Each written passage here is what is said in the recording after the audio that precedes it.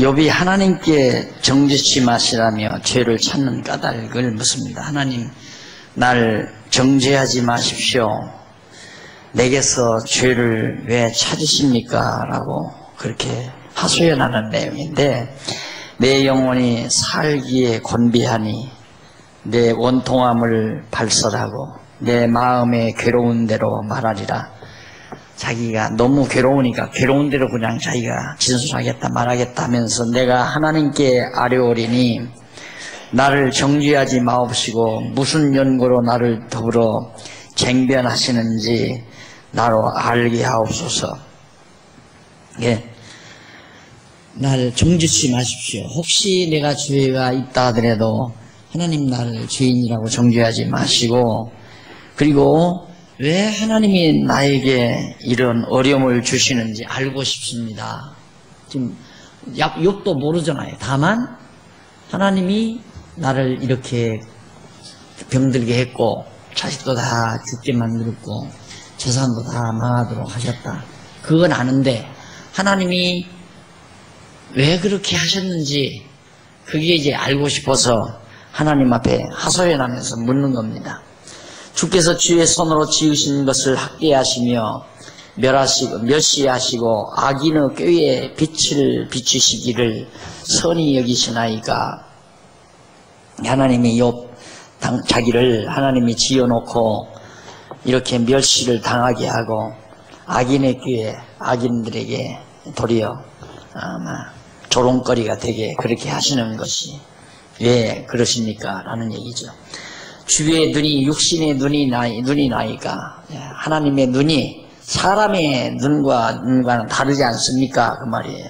주께서 사람을 보는 것처럼 보시리이까 주의 날이 어찌 인생의 날과 같으며 주의 해가 어찌 인생의 날과 같기로 나의 허물을 찾으시며 나의 죄를 사실하시나이까. 주께서는 내가 악하지 않은 줄을 아시나이다. 주의 손에서 나를 벗어나게 할 자도 아무도 없습니다. 하나님 뭐 때문에 나한테 죄를 이렇게 찾으시렵니까? 이러면서 그러면서도 또 욥은 그렇게 해요. 주께서는 내가 악하지 않은 것, 욥이 악한 자가 아니라는 거 다 알고 계시지 않습니까? 그런데 뭐 왜 나한테서 죄를 찾는 것처럼 이처럼 어려움을 고난을 나에게 주십니까? 주의 손에서 아무도 자기를 건져낼 자 없습니다. 그러니까 하나님이 욥을 꼭 붙들고 망하기도 하고 흥하게도 하고 고난도 당하게 하고 마음대로 하시기 때문에 어느 누구도 욥을 하나님의 손에서 구출해내서 고통당하지 않게 할 자가 아무도 없습니다. 하나님만이 나를 이 고난에서 벗어나게 하실 수 있습니다. 그런 의미로 지금 하소연하는 거죠. 그 다음 이제 넘어가서 10장 8절로 17절 62페이지 아래 제일 하단에 보면 욥은 자기를 주께서 만드시고 정죄하여 치신다고 탄합니다. 하나님이 욥 자기를 창조해서 이 세상에 태어나게 해놓으시고는 이렇게 모질게 죄를 정해서 자기를 때린다 이렇게 생각하는 것처럼 지금 말을 합니다. 주의 손으로 나를 만드사 백체를 이루셨거늘 4대 삭신 6천마디라고 그러죠. 이 온 몸을 다 이렇게 만들어 놓으시고 이제 나를 멸시하시나이다. 하나님이 다 만들어 놓고 또 이 몸에 병들게 하셨습니다 이 말이죠. 그러면서 기억하옵소서 주께서 내 몸 지으시기를 흙을 뭉치듯 하셨거늘 다시 나를 티끌로 보내려 하시나이까. 하나님 흙으로 날 빚어서 이렇게 만들어 놓고는 다시 티끌로 돌아가게 하려고 나에게 이런 고난을 주십니까? 주께서 나를 젖과 같이 쏟으시며 엉긴 것처럼 엉기게 하지 아니하셨나이까. 가죽과 살로 내게 입히시며 뼈와 힘줄로 나를 뭉치시고 생명과 은혜를 내게 주시고 권고하심으로 내 영을 지키셨나이다. 그러한데 주께서 이것들을 마음에 품으셨나이다. 이 뜻이 주께 있은 줄을 내가 아나이다. 내가 범죄하면 주께서 나를 죄인으로 인정하시고 내 죄악을 사유치 아니하시나이다. 내가 악하면 화가 있을 것이오며 내가 의로울지라도 머리를 들지 못할 것은 내가 속에 부끄러움이 가득하고 내 환난을 목도함이니이다. 13절에 그러한데 주께서 이것들을 마음에 품으셨나이다. 예. 결국 하나님께서는 욥이나 욥의 모든 생명과 그리고 그 몸과 당신이 지어놓으신 모든 것들을 하나님께서 마음에 다 알고 계시고 품고 계시다. 지금 모르는 게 아니라 다 지금 욥이 그 고난을 당하는 것도 다 망한 것도 병든 것도 하나님은 다 마음에 품고 계십니다. 그러면서 이 뜻이 주께 있는 줄을 내가 아나이다. 분명히 자기를 병들게 하신 그 뜻이 주님에게 있는 줄 압니다. 내가 범죄하면 주께서 나를 죄인으로 인정하시고 내 죄악을 사유치 아니하시나이다. 예, 자기가 죄를 졌다면 그 죄를 정죄했고 정죄한 그 죄를 하나님이 사유하고 사유치 아니하고 이런 권한도 다 하나님께 있는데 하나님이 내 죄악을 사유치 아니할 수도 있다는 얘기죠. 그러면서 내가 악하면 화가 있을 것이오며 내가 의로울지라도 머리를 들지 못하면 내가 악하면 내게 화가 있고 의로울지라도 내가 머리를 못 드는 것은 자기 속에 부끄러움이 가득하고 환난 자기 모습이 너무너무 지금 형편없다고 말이에요. 친구들 보기도 부끄럽고 사람같이 돼 있지 않으니까 온 몸이 다 만신창이가 돼가지고 정말 자기가 자기를 보아도 너무도 부끄럽고 추한 모습이다는 얘기입니다. 그러면서 16절 내가 머리를 높이 들면 주께서 사자처럼 나를 사냥하시며 내게 주의 기이한 능력을 다시 나타내시나이다. 주께서 자주자주 증거하는 자를 갈마들여 나를 치시며 나를 향하여 진노를 더하시니 군대가 갈마들어 치는 것 같으니이다. 욥이 조금만 좀 숨통이 터져서 머리를 들려면 하나님께서 더 짓눌러 버리고 막 고난을 주고 이렇게 해서 자기는 도저히 이 고통 속에서 헤어날 길이 없습니다. 그런 고백을 하나님 앞에 지금 욥이 하고 있습니다. 이 고백 속에는 욥이 지금 얼마나 처참한 상황이 있는가를 잘 묘사하고 있습니다. 그 다음 10장 18절로부터 22절에 보면 64페이지 욥이 태에서 나오게 하신 주께 평안히 하시기를 간구합니다. 주께서 나를 태에서 나오게 하셨으면 어찌미니까 왜 나를 어머니 뱃속에서 나오게 했습니까? 그렇지 아니하였다면 내가 기운이 끊어져 아무 눈에도 보이지 아니하였을 것이다. 내가 어머니 뱃속에서 안 나왔으면 이런 일이 없을 거 아닙니까? 그런 얘기죠. 있어도 없던 것 같이 되어서 태에서 바로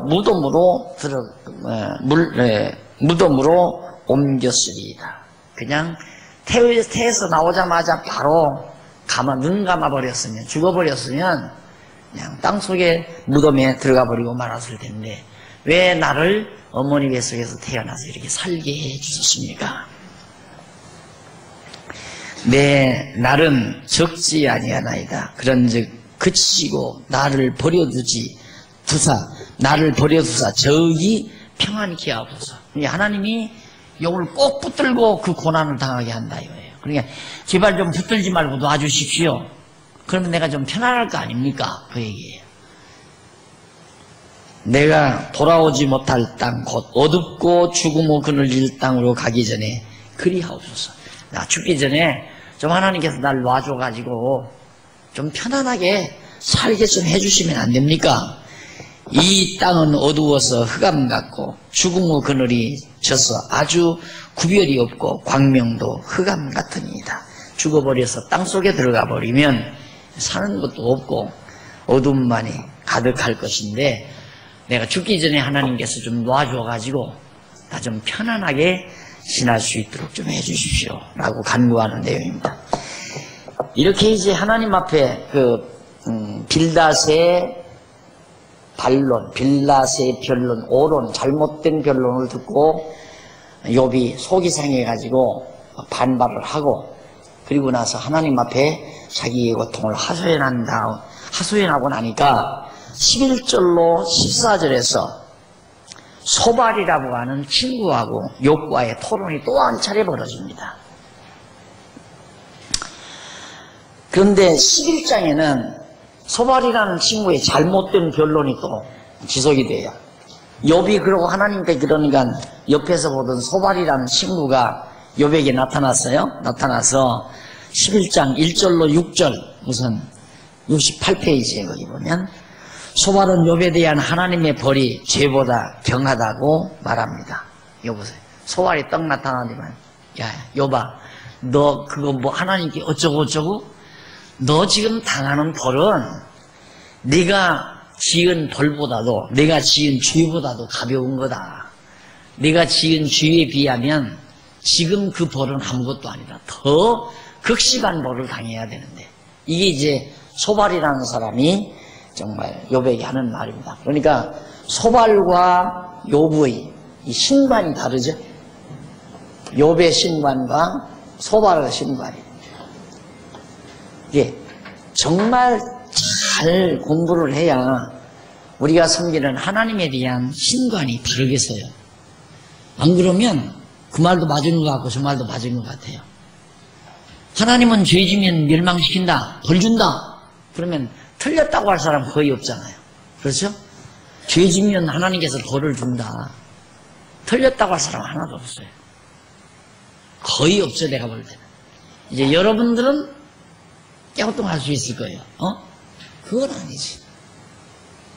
이 세상에 망하는 사람이 죄 져서만 망하는 게 아니라 죄 안 져도 망하고 죄 져도 안 망하는 사람이 있고 죄 안 져서도 망하는 사람도 있고 그게 이 현실인데 그래서 가장 괴로워서 고민했던 지성이 있습니다.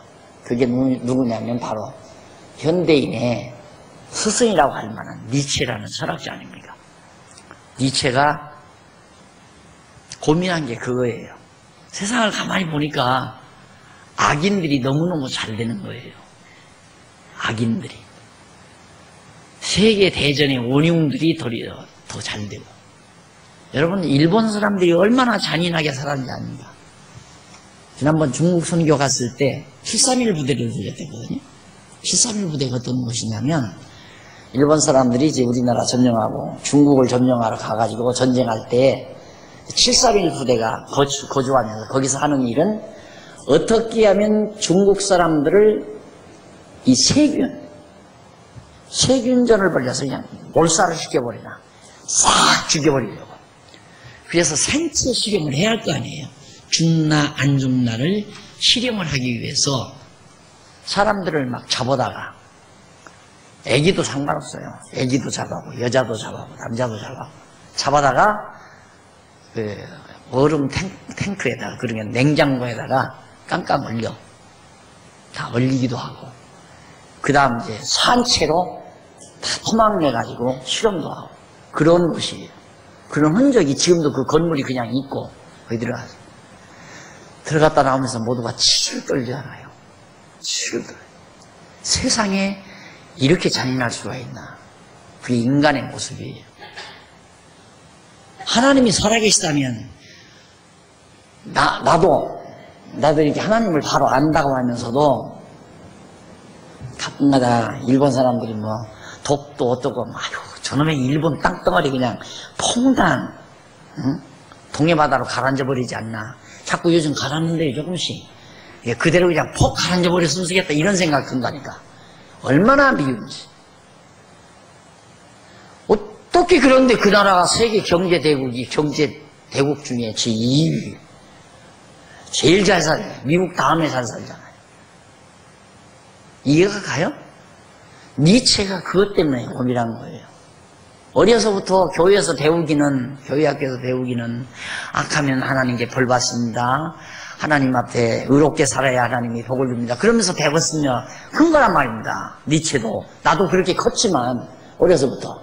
선생님들이 꼭 그러거든요. 여러분, 부자는 지옥 갑니다. 나쁜 짓 하면 안 돼요. 순종해야 되고 거짓말하면 안 됩니다. 이런 말 다 교회 학교 가면 선생님들이 그런 얘기만 하지 마. 계속. 착하게 살아야 돼요. 어른들 말 잘 듣고 선생님 말 잘 듣고. 안 그러면 하나님 벌 줘요. 이러고. 니체도 그렇게 살다가 그런 줄 알고 처음 들어서 가만히 생각해 보니까 세상이 안 그렇다고 말이에요. 그러니까 아마 하나님, 처음에는 하나님 늙었는가 보다. 늙어서 힘이 없어서 이제는 저 악인들을 처치 못하는가 보다. 그랬다가 나중에 나야 신 죽었다. 신이 죽어버렸다. 그래서 사신신학이에요. 사신신학. 죽을 사자. 사신신학. 신이 죽은 신에 대한 항. 그거에 그만 많은 지성인들이 맞다. 그래가지고 구라파 교회가 다 문 닫아버리고 미국의 교회가 휘청대고 지금 현대인들이 다 신 없다고 생각해요. 신 죽었다고 생각해요. 니체 때문에. 니체가 그래가지고. 근데 신이 살았다고 증명될 길이 없어요. 그러면 악인이 잘되게 하는 그 신은 살으면 뭐하느냐. 그런 신은 나라도 죽이게 한다 이거죠. 그러니까 신에게 의지하지 말고 우리가 이 땅에 정의 실현을 해야 한다. 그래서 우리가 이 땅에 죄가 없고 절대 전쟁도 없고 질병도 없는 아름다운 낙원을, 유토피아를 우리 인간의 노력으로, 우리 인간의 의지력으로 만들어 가야 된다고 외친 게 니체입니다. 거기에 그냥 확 사람들이 다 놀라 깨가지고 전국 니체의 제자가 돼버리고 만 거예요. 그래서 교회가 다 멍들어버리고. 심각한 얘기입니다. 욥의 이 말 자체. 욥의 친구 이 말이. 너 인마 당하는 벌, 네가 지은 죄에 비하면 가벼운 거야. 뭐 잡소리가 그렇게 많아. 지금 그 말이거든요. 소발이 나타났어요. 욥한테. 그러니까 8절 하늘보다 높으시니 네가 어찌 하겠으며 음보보다 깊으시니 네가 어찌 알겠느냐. 너 하나님을 네가 어떻게 감히 아느냐. 하나님은 하늘보다 높으시니 네가 어찌 그분을 알고 음부보다 하나님은 깊기 때문에 네가 어찌 알겠느냐. 그 도량은 땅보다 크고 바다보다 넓으니라. 하나님이 두루 다니시며 사람을 잡아 가두시고 개정하시면 주가 능히 먹을 것을 먹을 소냐. 능히 막을 소냐. 예, 사람을 가두시고 개정하시면 누가 능히 막을 수냐. 하나님 하시는 일을 아무도 막을 수가 없다. 하나님은 허망한 사람을 아시나니 악한 일은 상관치 않으시는 듯하나 다 보시느니라. 하나님은 악한 거 다 바라보고 계시다. 얼마나 똑바로 바른 말 같아요. 맞는 말이고 옳은 말 같고. 12절 허망한 사람은 지각이 없나니 그 출생함이 들나귀 새끼 같으니라. 그러니까 욥아, 너 같은 놈은 들나귀 같이 아주 못돼 먹은 놈이다 이 말이에요. 그러니까 하나님이 너를 그렇게 쳐서 네가 그렇게 지금 병들고 죽어갔는데 그래도 네가 지은 죄에 비하면 가벼운 줄이 알아라. 이렇게 이제 소발이라는 친구가 욥을 괴롭힙니다. 그리고 계속해서 13절로 20절 70페이지에 보면 소발은 하나님께 돌이키면 새 소망을 얻는다고 주장합니다. 얼마나 올바른 얘기하는 것 같아요. 내가 지난 주간에도 그랬죠. 꼭 이 친구들 말은 저 시골 삼류 목사님들 설교 소리 같은 얘기예요. 설교 같은 얘기. 삼류 목회자들이 하는 설교. 그래서 성도들을 욱박지르고 두려움 주고 겁주고 당신들은 벌받아. 하나님의 일 하지 않으면 당신은 하나님께서 가만 놔두지 않아요. 네, 시골교회 목회자만 그런 게 아니에요. 서울교회 목회자도 그래요. 만일 네가 마음을 바로 정하고 주를 향하여 손을 들 때에 내 손이 죄악이 있거든 멀리 버리라. 불의로 내 장막에 거하지 못하게 하라. 그리하면 네가 죄를 멀리하고 깨끗이 회개하고 의롭게 살고 하나님께 순종하고 하나님 이쁜 짓 하면 하나님께 이쁜 짓 하면 그 말이죠. 네가 정녕 흠없는 얼굴을 들게 되고 굳게 서서 두려움이 없으리니 곧 네 환난을 잊을 것이다. 네가 추억할지라도 물이 흘러감 같을 것이며 네 생명의 날이 대낮보다 밝으리니 어두움이 있다 할지라도 아침과 같이 될 것이요 네가 소망이 있으므로 든든할지며 두루 살펴보고 안전히 쉬리니 네가 누워도 두렵게 할 자가 없겠고 많은 사람과 내게 청을 드리라. 많은 사람이 내게 청을 드리리라. 이게 그만큼 네가 높아지고 힘이 세진다. 그러나 악한 자는 눈이 어두워서 도망할 곳을 찾지 못하리. 그의 소망은 기운이 끊기니라. 욥, 너는 지금 기운이 다 떨어지고 그런 건 다 네가 악인이기 때문에 그런다. 죄 없이 정말 의롭게 살면 다 하나님께서 이렇게 좀 힘있게 하고 소망 있게 하고 정말 위대하게 해서 많은 사람들이 와서 아쉬운 소리 할 만큼 그렇게 다 하나님이 편안하게 해주지 그렇게 하겠느냐. 과거에 듣던 설교 같잖아요. 예? 항상 우리 교회 가면 이런 설교 듣죠. 여러분 하나님 뜻대로 살아야 됩니다. 하나님 기쁘시게 하면 살아야 됩니다. 그래야 하나님이 복 주어 삽니다. 소발이 지금 욥한테 그러고 설교한 거예요. 그리고 나니까 12절로 14절에서 14장에서 12장에서 14장까지 71페이지죠. 욥이 또 반박을 해요. 그리고 하나님께 기도를 합니다. 반박과 기도가 12장과 14장인데 12장에서 1절로 6절 72페이지 하나님이 의인에게 고난을 악인에게 형통을 주신다. 이런 말 들어봤어요? 하나님은 의인에게 고난을 주고 악인에게 형통함을 준다. 이런 말 못 들어봤잖아요. 욥이 지금 하고 있는 거예요. 욥이 대답하여 가로되 너희만 참으로 사람이로구나. 너희만 사람이냐 나도 사람이다 이 말이에요. 쉽게 말하면 너희가 죽으면 지혜도 죽겠구나. 나도 너희가 죽으면 참 너 하는 말 들으니까 참 지혜로운 말 같구나. 비웃는 얘기예요. 야 너희들 참 지혜롭다.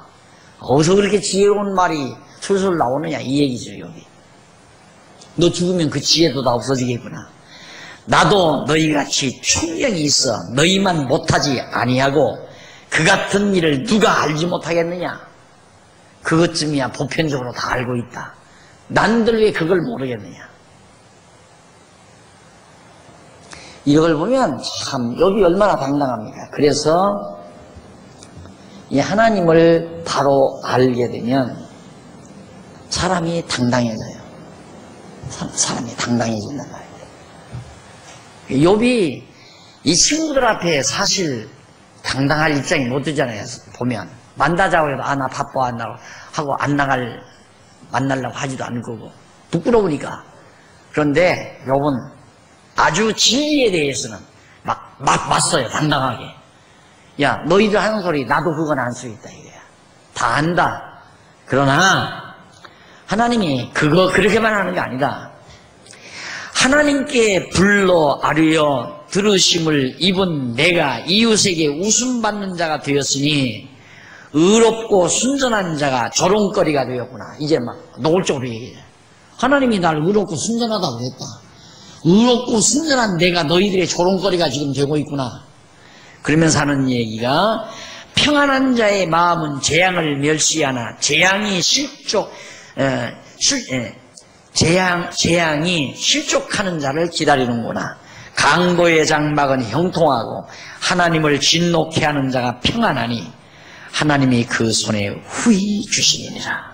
자, 결국 평안한 자의 마음은 재앙을 멸시하나 재앙이 실족하는 자를 기다리는구나. 자, 의롭고 순전한 욥은 지금 그 말에 의롭고 순전한 욥 자기 자신은 조롱을 당하고 고통을 당하는데 강도의 장막, 악인들이죠. 강도의 장막, 악인들은 형통하다. 왜?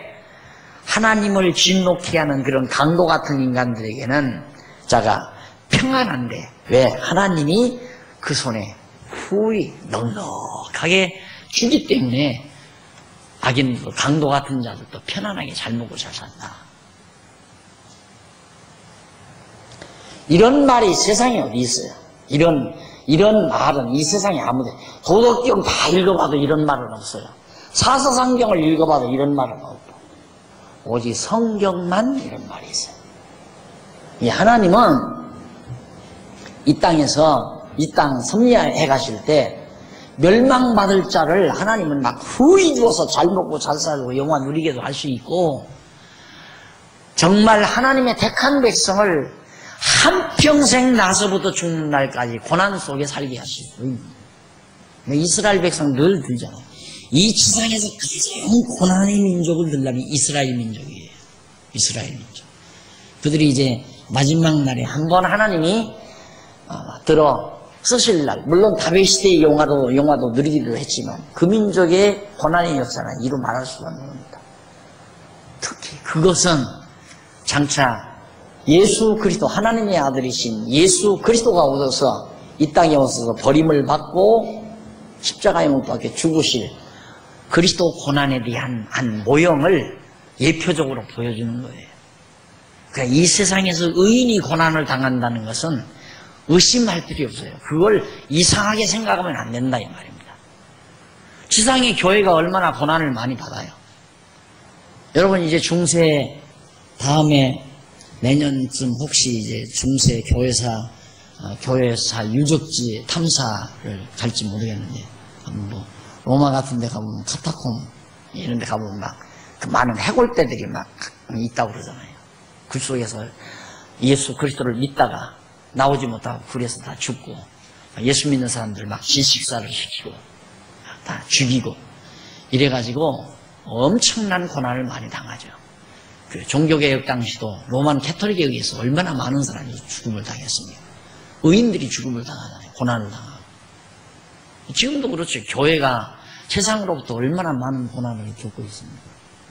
그러니까 고난 당한다고 해서 죄값으로 고난을 당하고 형통하다고 해서 의롭기 때문에 죄가 없어서 형통하게 산다고 생각하면 큰 착각이라는 말이에요. 하나님이 정말 악인에게도 형통함을 주어서 넉넉히 후히 모든 걸 주어서 다 그렇게 된다. 그래서 의인에게 하나님은 고난을 주고 악인에게 형통을 준다. 그리고 7절로 11절로 강도가 형통한 까닭을 땅과 생물이 다 알고 있다. 욥이 그런 말하는 거예요. 이제 모든 짐승에게 물어보라. 짐승들한테도 물어봐라. 그거 모르는 사람이 어디 있나. 욥이 아니니. 근데 왜 너들은 그것도 모르고 잘 되는 건 다 의인이고 나같이 이게 환난 당하는 건 전부 죄인이고 그렇게 바보 같은 소리만 하느냐. 짐승에게 물어봐도 강도들이 형통하게 잘 산다는 거 다 잘 알고 있다. 짐승들도 그 말이에요. 지금 7절로 12절. 이제 모든 짐승에게 물어보라. 그것들이 내게 가르치리라. 공중의 새에게 물어보라. 그것들이 또한 내게 고하리라. 땅에게 말하라. 내게 가르치리라. 바다의 고기도 내게 설명하리라. 이것들 중에 어느 것이 여호와의 손이 이를 행하신 줄을 알지 못하랴. 땅도 바다도 물고기도 새도 모두가 다 강도가 있다고 해서 형통하게 잘 사는 거 다 잘 알고 있다. 지난번에 아프리카 가니까요. 강도 떼들이죠. 솔직히. 그 흑인들 노아의 후손들 함의 후손이 사실 남쪽으로 애굽으로 해서 그 밑에 들어가서 번창하고 사는 거 아닙니까? 그들이 처음 받은 땅이에요. 그 아프리카 땅이. 그런데 영국 놈들 백호들이 배 타고 들어와가지고 전부 몰아내고 처음에 거기 보니까 희망봉이라고 제일 남단에 있는데 왜 희망봉인가? 배를 타고 섬나라에 사니까 이제 저희들 세력 넓히기 위해서 영국이 이제 대영 제국 그거 건설하려고 배를 타고 이제 막 싹 이제 대서양을 이렇게 지나다가 제일 먼저 그 희망봉을 발견한 산 봉우리를 발견한 거예요. 그래서 아프리카 대륙을 발견해가지고 물 많고 숲 좋고 살기 좋은 곳은 전부 이 백호들이 다 점령하고 집 짓고 살았다 이 말입니다. 그러니까 나머지 이 새카만 흑인들은 불쌍하게 막 총소리 나오고 그러면 겁이 나가지고 다 도망가가지고 내륙 지방 도저히 살 수 없는 그런 곳에 가서 형편없이 다 살고 있고. 그런데 요즘에 그 도시에서 막 그렇게 막 자기네들이 그냥 대대손손 잘 먹고 잘 살려고 막 도시계획 다 세워서 기가 막히게 가로수 다 해놓고 집 잘 지어놓고 사는 그런 동네가 있는데 거기 지금 점점 폐허가 된다고 하더라고요. 왜? 흑인들이 집중적으로 거기서 도둑질을 하는 거예요. 막 쳐들어가서 겁이 나가지고 흑인들이 그냥 싼값에 집 팔고 다 나가서 자유학지에 가서 다시 개발한다고. 보험받으면 보복당하는 거죠. 그럼 강도떼들이 잘 살잖아요. 거기만 그러니 호주도 마찬가지예요. 호주에도 나 가보니까 호주 원주민들은 그늘 밑에서 빵 조각 하나 놓고 막 완전 거지예요. 시커먼 거지들. 둘러앉아서 빵 조각 하나 먹고 물 마시면서 그러고 그냥 규지하고 그렇게 살고 그 영국 애들, 스페인 애들 그런 애들은 막 와서 막 고래 등대기 같은 집을 짓고 거기서 잘 먹고 잘 살고 강도떼들이 다 잘 먹어요. 남의 땅 다 강탈해서 사는 거. 뭘로 정당화 시킬 거예요? 어마바 흑인이 대통령 되는데 글쎄 흑인의 인권을 찾아줄까 봐 잡아다가 전부 일시키고 노예시키고 그 노예를 잡아다가 총 들고 막 밭가로 다 도로 시설에 도시계획 다 해서 일 다 시키고 그렇게 해서 저들에서 살 수 있는 터전 다 만들어서 떵떵대고 살았잖아요. 강도떼들이에요. 엄밀히 말하면. 그까지 돈 없어가지고 부모님 약값 치를 돈 없어서 은행에 가서 돈 몇백만 원 은행 터는 거 그건 강도라고 생각하고 타민족들 그 흑인들 불쌍한 백성들 사는 땅덩어리 가서 막 덩치 뺏어먹는 그건 강도가 아닙니까? 그런 사람들이 더 잘 살잖아요. 세상이 그래요. 그걸 우리들이 보편적인 신관에 의하면 하나님이 있기는 어디가 있어요? 하나님 있으면 날벼락을 내려야지 그런 인간들에게. 안 그래요? 하나님이 날강도떼들에게도 평안을 줘서 잘 먹고 잘 살게 한다. 욥이 정확하게 하나님 잘 알았잖아요. 예, 우리가 섬기는 하나님은 욥이 섬기는 하나님이에요. 욥의 세 친구가 섬기는 하나님이 아니라 욥의 세 친구가 섬기는 하나님은 공자의 하나님이에요. 공자 맹자의 하나님. 그러나 우리가 섬기는 하나님은 욥의 하나님. 욥의 신관.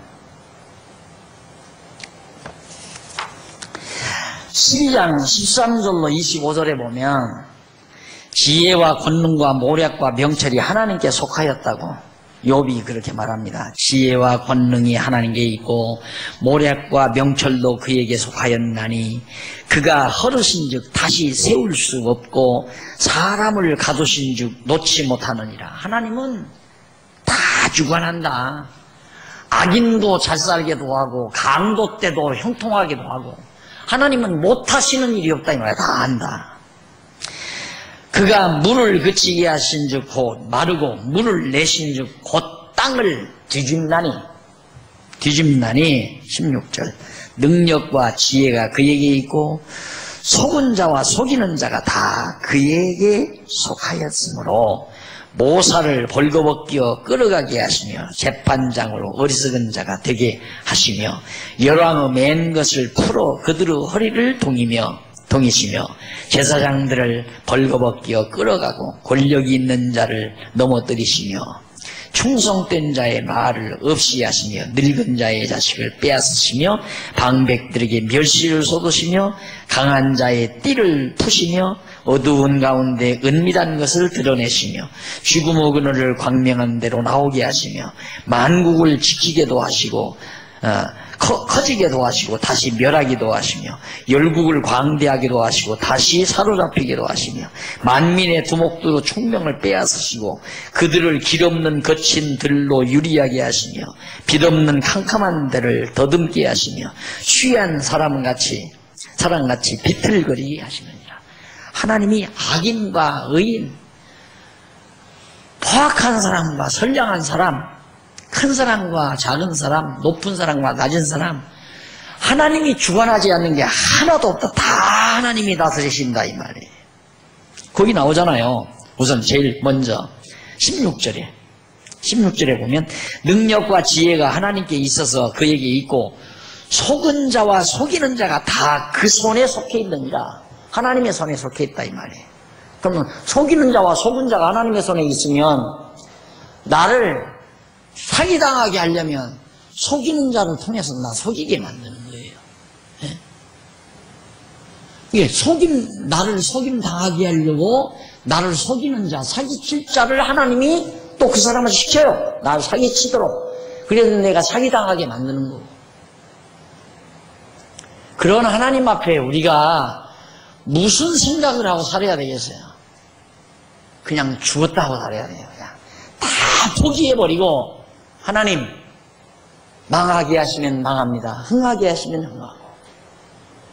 흥했을 때도 망했을 때도 한 소리도 하지 말고 반발도 하지 말고 당연한 것으로 받아들여야 돼요.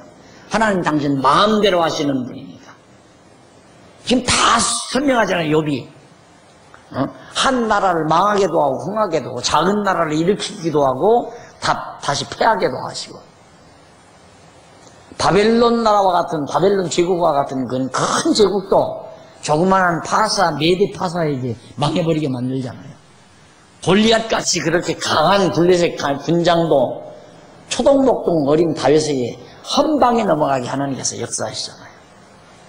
그런 하나님을 우리가 지금 배워가는 겁니다. 그런 하나님이 계셔서 인류 역사를 주관하시고 내 생애를 좌우하시는구나.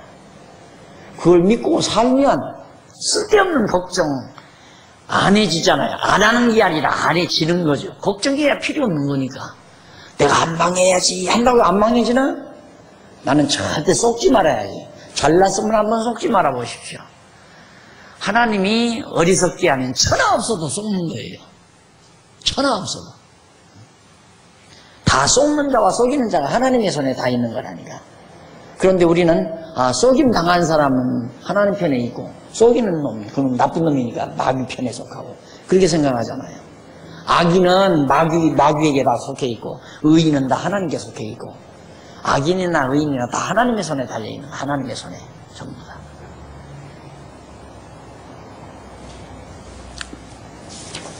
넘어가서 13장 1절로 5절. 욥은 자기가 모든 것을 통달했다며 친구들에게 변박합니다. 나 이거 인정해요. 욥은 도통한 사람이에요. 욥은 도통했다 이 말. 이번에 아프리카 선교지 가는데 그때 여러분 공부할 때 아프리카 선교사들의 모임에 리더격인 목사님이 여기 오셨댔어요. 얼마 전 몇 달 전에 와가지고 여기서 딱 2시간 강의 듣고 가시거든요. 2시간 딱 강의 듣고 내려가면서 목사님 거기 성경의 줄기 아닙니까? 그러나 잘 들으셨네요. 그러니까 놀래더라고요. 이 양반이 가가지고 아프리카에 가가지고는 그런 거예요. 야 이번에 박 목사님은 완전히 성경 뻥 뚫어준다. 이번에 성경 뻥 뚫린다. 다른 선교사들이 굉장히 기대감을 가지고 기다렸다고 그래요. 근데 뻥 뚫렸죠. 뻥 뚫렸죠. 와, 세상에 이런 일이 있을 수 있나. 선교사들이 놀래가지고 세상에 이런 일이 있습니까? 이럴 수가 있습니까? 공부하겠습니다. 모르지, 공부 제대로 하는지. 하라고 그랬죠. 하면 정말 좋죠. 욥은 하나님 제대로 아는 사람이에요. 여러분들 지금 공부하고 보니까 진짜 하나님 그러잖아요. 하나님이 마음대로 하나님 당신 저가신 뜻대로 아브라함에게 딱 언약해놓고 언약대로 땅도 주고 자손도 주고 땅도 주고 다스리게도 해주고 하나님 당신 마음대로 다 하잖아요. 생각해봐요. 난 참 제일 불쌍한 게 인간적으로 불쌍한 게 여기 가나안 족속들 이 가나안 이게 가나안이 누구냐면 노아의 셋째 아들 함의 후손이 가나안이에요. 얼굴 시커먼 그 함의 후손이. 이 사람들이 여기 처음 들어가서 여기 개발해서 다 성도 쌓고 뭐 과수원도 만들고 목장도 만들어서 잘 산단 말입니다. 그런데 하나님 이 사람들을 여기 딱 살게 해놓고는 아브라함 또 들어가 여기다 딱 데려다 놓고 하나님께서 아브라함아 너 동선 한번 봐라. 보니까 이거 다 아브라함 네 자손에게 준다. 그래놓고는 이스라엘 백성들 애굽에 송사를 시켰다가 데려다 놓고는 그냥 다 내쫓고 이스라엘 백성 살게 만들었잖아요. 이런 억울할 때가 어디 있어야 하나님 족속들이. 당신 맘대로 하니까 하나님 맘대로. 그러면 가나안 사람들은 죄 져서 내쫓고 아브라함의 후손들은 죄 안 져서 이들이다 놨나요? 애굽에서 애굽 사람들 사는 대로 우상 섬기면서 죄 휘가지고 살던 백성들이에요. 광야에 나와서도 우상 만들어서 금우상 만들어서 섬기고 하나님 말씀 거역하고 살던 족속들이고 원망하고 불평하고.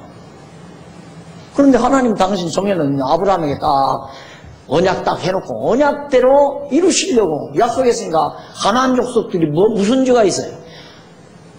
아닌 밤중에 그냥 만기 날벼락을 맞은 거죠. 갑자기 들어와가지고 전쟁이 이렇게 다 내쫓아버리고 죽여버리고 성 다 차지하고 집 다 차지하고 목장 다 차지하고 재산 다 빼앗기고 하나님이 그렇게 살게 했다 이 말이에요.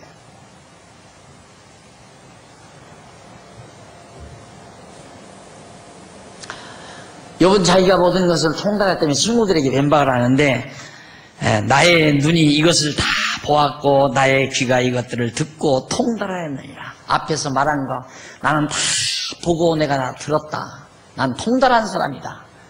하나님이 하시는 일을 통달한 사람이다 이 말이에요. 그걸 속된 말로는 도통했다고 그러고요. 우리 성경적인 말로는 지혜가 열렸다는 말이에요. 지혜가 열렸다. 하나님을 욥이 하는 것처럼 알면 지혜자가 되는 겁니다. 딱 지혜자가.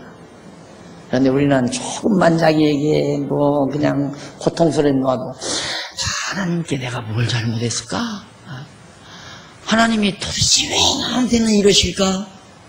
이유 물으면 안 돼요. 하나님 앞에는 이유가 없어요. 까닭이 없다니까. 당신 좋으신 대로 하는 거예요. 그냥 당신 좋으신 대로.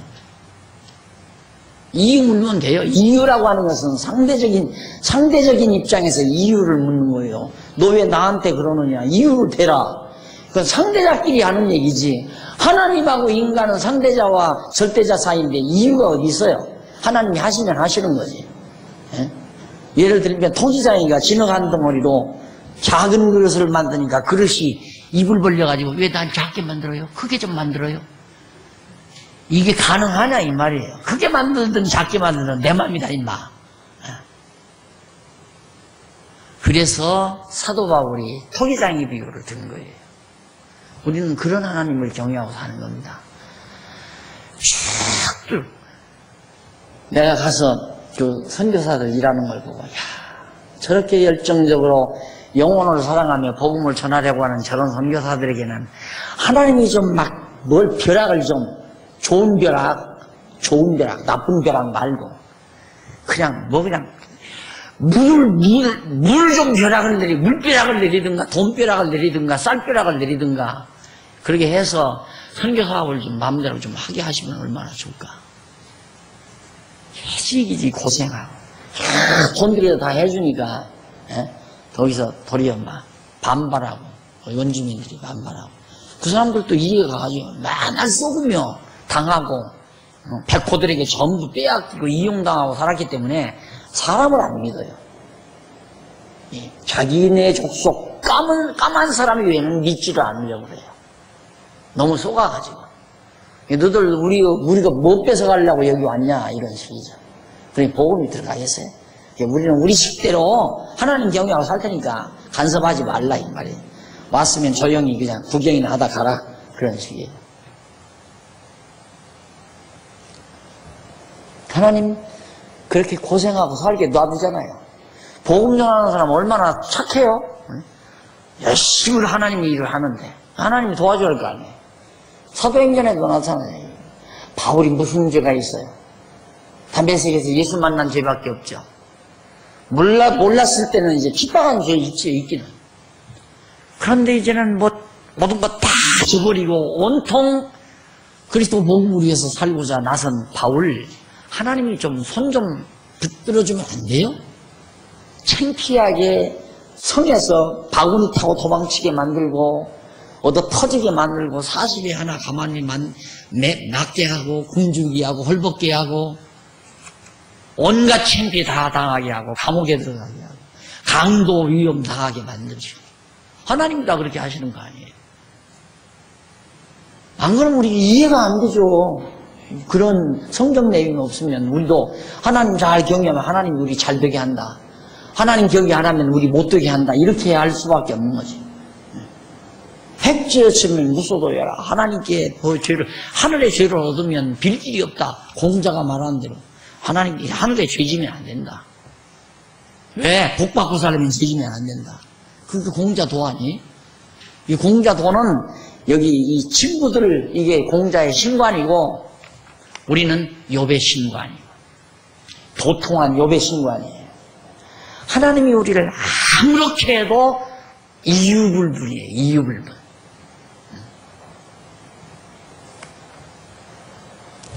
그걸 인정하고 살아야 하나님을 하나님답게 인정하는 자들입니다. 자,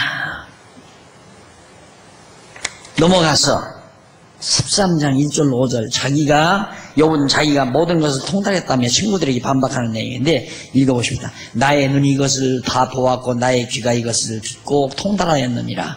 너희 아는 것을 나도 아노니 너희들이 아는 건 나 다 알고 있다. 그러나 내가 통달한 건 너희들이 모르지 않느냐. 너희들 아는 것들이냐 아는 것쯤이야 내가 다 알고 있다. 상식적인 거, 일반적인 거. 참으로 나는 전능자에게 말씀하려 하며 하나님과 변론하려 하노라. 너희는 거짓말을 지어내는 자요 다 쓸데없는 의원이니라. 너희들 거짓말쟁이다. 의인이면 의롭게 살면 잘 돼? 이 거짓말쟁이. 거짓말이다 이 말이에요. 의롭다고 잘 되는 거 아니다. 악하면 벌받아? 나 거짓말이다 이 말이에요.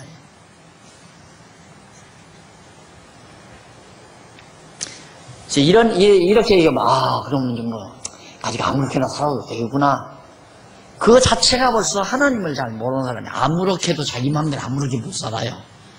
하나님이 아무렇게 살게 해야 아무렇게 사는 거지. 아까 그랬잖아요. 속는 자와 속이는 자가 누구 손에? 하나님이 있어요. 야, 이건 막 시간 속이며 살아야 되겠다. 하나님이 속이며 살게 해야 남 속이며 사는 거지.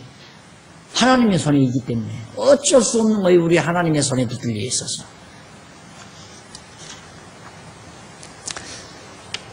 너희가 잠잠하고 잠잠하기를 원하노라. 이것이 너희의 지혜일 것이니라. 그러잖아요. 지혜자는 뭐냐? 하나님 앞에 입 다무는 거. 바울이 그랬죠? 바울이.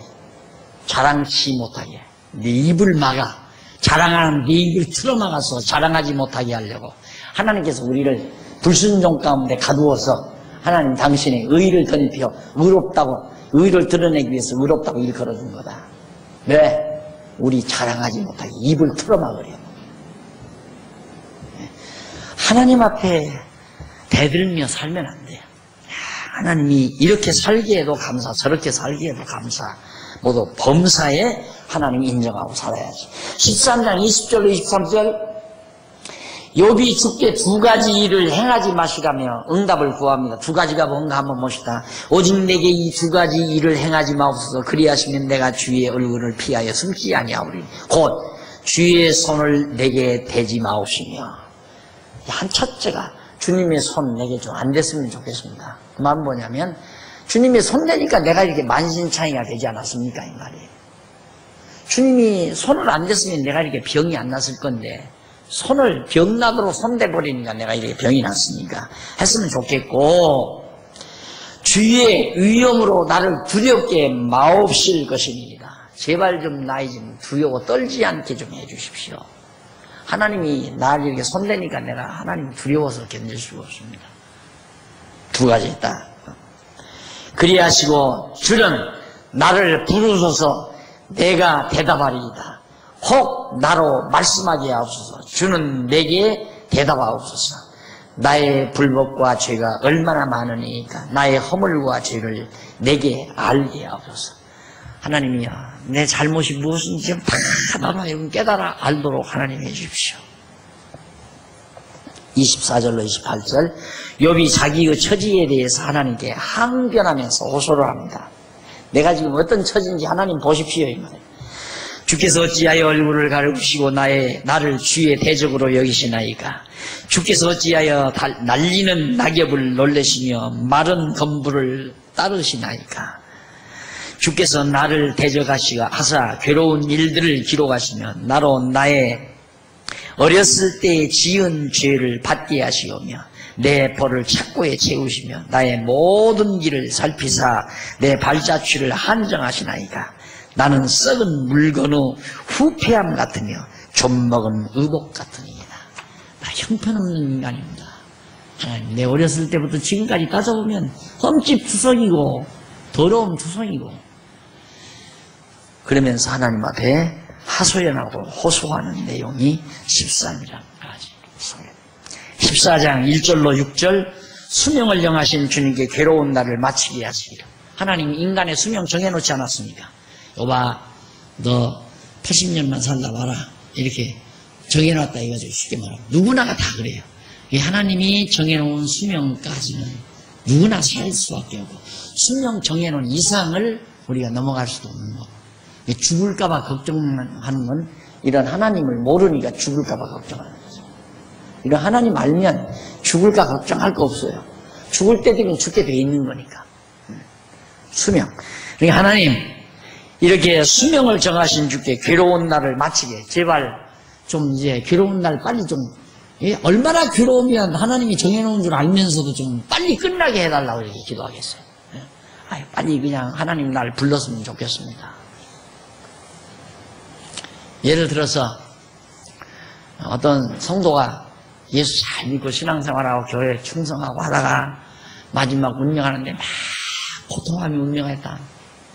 저 사람은 죄가 많아서 아마 그런가 보다. 그러면 안 돼요. 그게 아니에요. 욥이 얼마나 괴로워야지. 이러다가 갈 수도 있는 거예요. 그러나 소망이 분명하면, 하나님에 대한 소망이 분명하면, 그런 고통 중에도 하나님께 대한 소망을 가지고 죽음을 당당하게 맞이할 수가 있는 거죠. 그건 바로 하나님을 알 때에 가능하다는 얘기입니다. 7절로 17절, 욥이 죽지 않도록 자기를 기억해 주실 것을. 하나님 날 좀 빨리 데려가 주십시오. 그러다가 또 욥은 하나님 좀 나 좀 살려주십시오. 그 말이에요. 죽지 않게. 좀 나를 좀 잊어버리지 말고 기억 좀 해주십시오. 살려달라는 얘기죠. 간절히. 예수님이 그랬잖아요. 아버지요, 아버지요. 어찌하여 나를 버리십니까? 똑같은 고백이에요. 욥의 고난은 장차 오실 예수 그리스도의 고난에 대한 하나의 모형, 예표. 욥기는 장차 십자가의 고난을 당하신 그리스도를 보내실 것에 대한 언약의 말씀이죠. 뭐를 통해서? 찬양을 통한 언약. 찬양을 통하여 메시아 보내실 것을 언약하시는 말씀입니다. 그게 바로 노트에 다 있습니다. 자, 그 다음 욥이 사람 소망을 끊으시고 이기신다고. 욥이 주께서 사람의 소망을 18절로 22절 전부 사람의 소망 다 하나님이 끊어버리시고 하나님이 이기십니다. 그러면서 하나님 앞에 기도하는 내용인데 한번 읽어보십니다. 무너지는 산은 정령 흩어지고 바위는 그 자리에서 옮겨가고 물은 돌을 달게 하고 넘치는 물은 땅의 티끌을 씻어버리나이다. 이와 같이, 이 비유를 든 거예요. 이와 같이 주께서는 사람의 소망을 끊어버리시고 주께서 사람의 영영이 이기서 사람을 영영이 이기서 떠나게 하시며 그의 얼굴빛을 변하게 하시고 쫓아 보내시오니 그 아들이 존귀하나 그가 알지 못하며 비천하나 그가 깨닫지 못하나이다. 오직 자기의 살이 아프고 자기의 마음이 슬픔뿐이니이다. 결국 인간의 고통을 하나님 앞에 아뢰는 그런 내용으로 14장 22절을 마무리합니다. 이런 모두는 예수님께서 장차 하나님 앞에 아버지여 이 승자를 내게서 떠나게 하실 수 없습니까? 하다가도 그러나 내 뜻대로 마옵시고 아버지의 뜻대로 하시옵소서. 마지막 십자가상에 매달려서는 아버지여 어찌하여 나를 버리십니까? 욥의 고난의 호소와 똑같이 비슷하죠? 하나의 모형이에요. 그림자. 그리스도 고난에 대한 모형. 자, 다음번에는 두 번째 토론 내용 15장부터 나옵니다. 거기서부터 공부하도록 하고 오늘 강의 여기서 마무리합니다. 기도하십시다. 살아계신 하나님 아버지, 인간으로는 측량할 수 없는 광대무변하시고 전지전능하시며 위대하신 하나님을 다시 한번 욥기서를 통해서 저희들이 함께 공감을 했습니다. 하나님이 우리를 어떻게 하시든지 우리는 하나님 앞에 항거도 할 수 없고 이유도 물을 수 없는 존재임을 철저히 인식할 수 있도록 지혜의 영이 우리를 붙잡아 주시옵소서.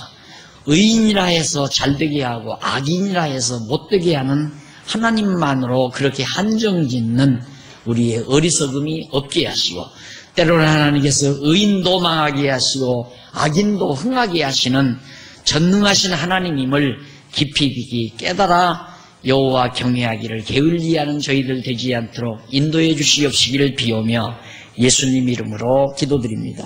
아멘.